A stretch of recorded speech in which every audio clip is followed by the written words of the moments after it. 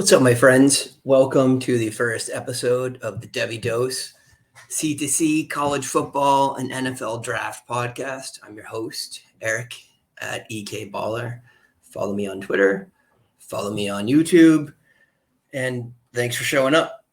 So we're going to do a few segments every week here, and I think as we move forward and get more of a format, we'll bring in guest hosts and add segments and try to get some feedback from you guys about what you want to see, what's useful, what you'd like to see more of or less of. And I'd love to hear that. So let me know. The first segment we're going to do is just breakout players of the week from college football, from campus to Canton leagues. And we'll just go by position. We'll knock out a couple real quick. We're not going to do film on this. We're just going to talk some guys through. So this week, my big quarterback breakout, and again, this guy's been playing great all year, 148.9 QB rating on the season, is Jaden DeLora from Arizona, third-year player, sophomore. He went for 46 pass attempts, 484 yards, and 6 touchdowns this week. Man, have a game, Jaden. Is Jaden an NFL draft prospect? Yeah, it's starting to look like he might be. He's certainly turned things around there in the desert. A couple other guys worth talking about. Drake May had another great game. If you're watching this, you already know who Drake May is. Freshman from North Carolina. Talented kid. Sophomore from North Carolina, sorry. And he's already looking like probably the QB2 in that 2024 class, at least. And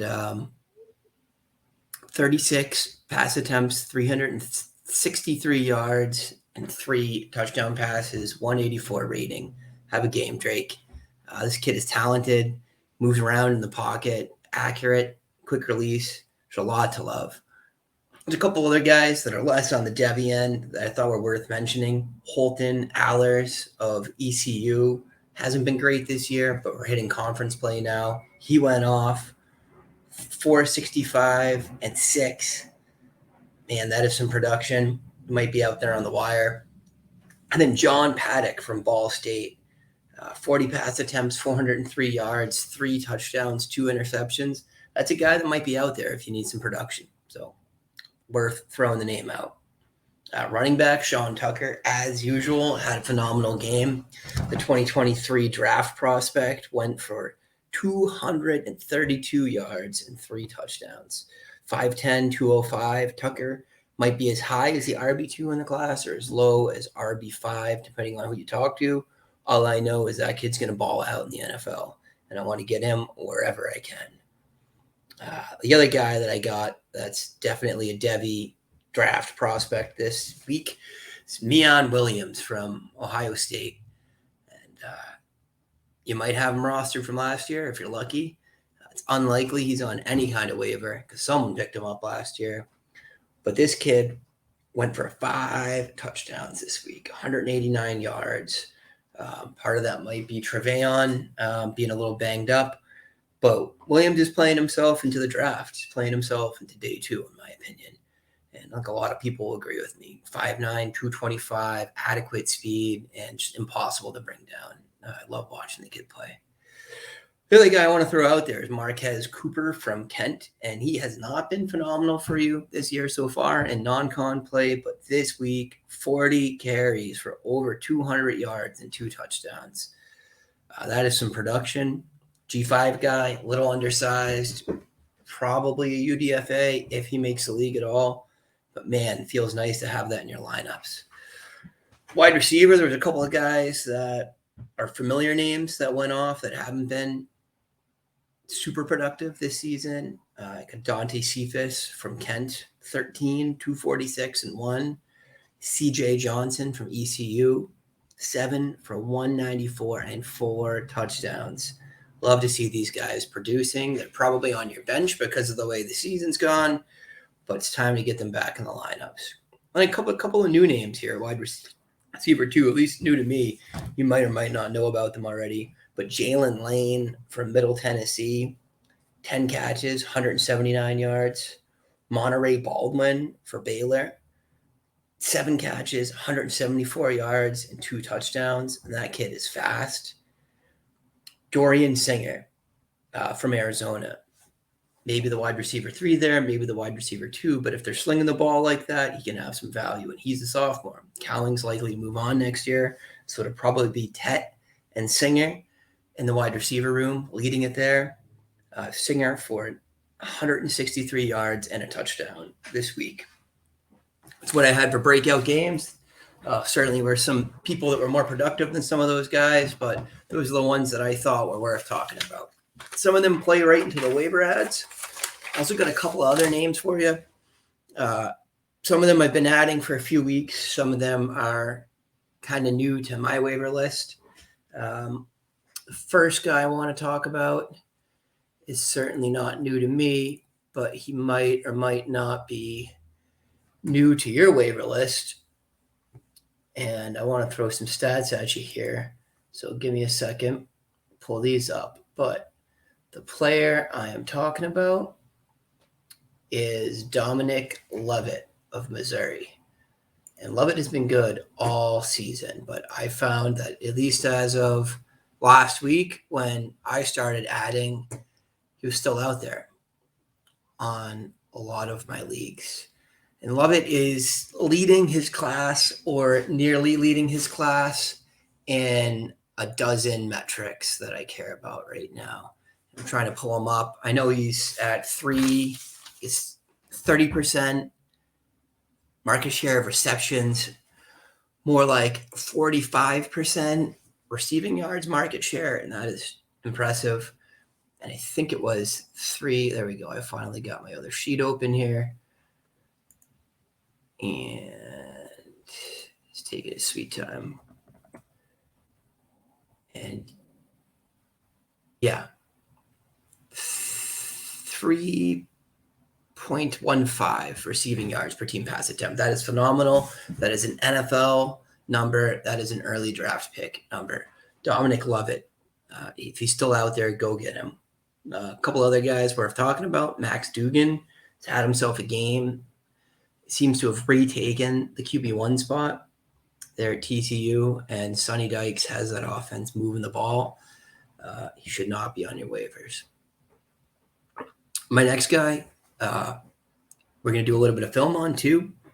That is Antwain Littleton of Maryland.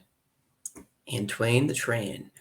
Guess I'll pop right into this. Give me a second here.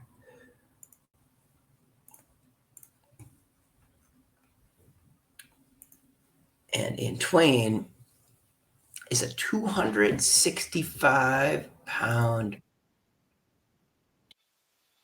That is a big boy. He went off this week. This is the film from last week. Usually I'm a week behind on my film, but you can still see the traits here.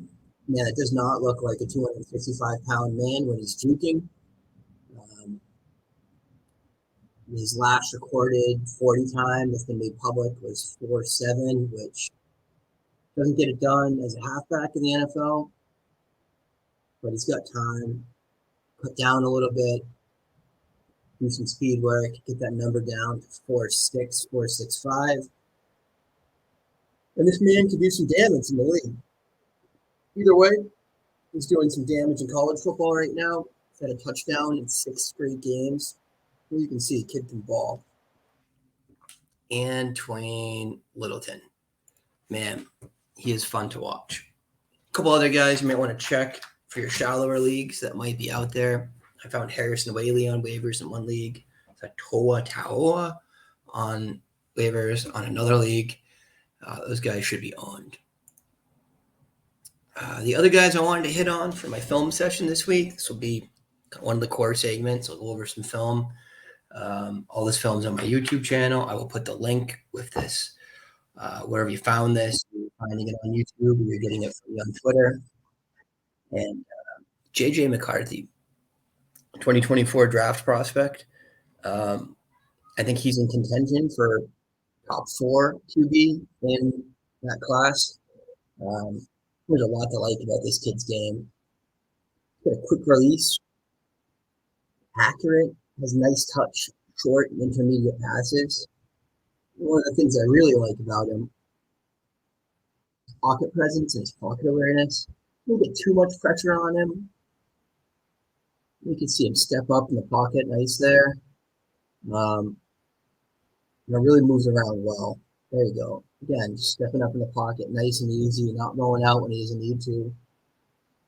It's really one of the traits that I think translates well to the NFL for these guys. Pocket presence, pocket awareness. You look at a Joe Burrow type. That's what he does better than anything else. Some dings in his game still. Missed some wide open deep balls in this one. Hit a couple of guys too, but needs to be a little more consistent to that for me if he's going to be a day one quarterback. And the rest of this film is right there on my YouTube channel. If you want to go over it. I want to hit one more guy before I wrap up this pod, and that is going to be Blake Corum. Blake Corum is eligible this year. He's a running back from Michigan. He might come back, but I think he has a shot with some decent capital. Probably not day two. Could sneak into the back of the third. I think it's more likely he's a round 4, round 5 guy, but that he finds some success in the NFL. He's great, but Corum is fast. He's not ideal NFL size. He has pass catching ability and is explosive. Hard to hit in the open field. He's got the dead leg. Hard to take down like that. Arm tackles aren't going to work on this kid. He's only 200 pounds.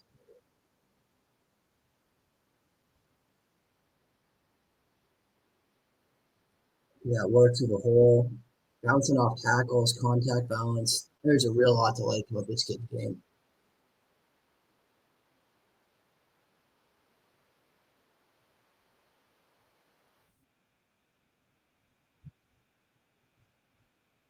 Look at that. Just earning extra yards in every carry. Blake Corum, 2023 eligible. Although he might go back.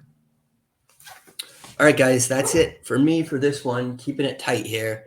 Let me know what other segments you'd like. I do a ton of film work. I do a ton of data work. I'll be doing more data work as the college football season concludes, starting to actually tweak models and do rankings. It's a little early for that right now. We've got a really incomplete data set.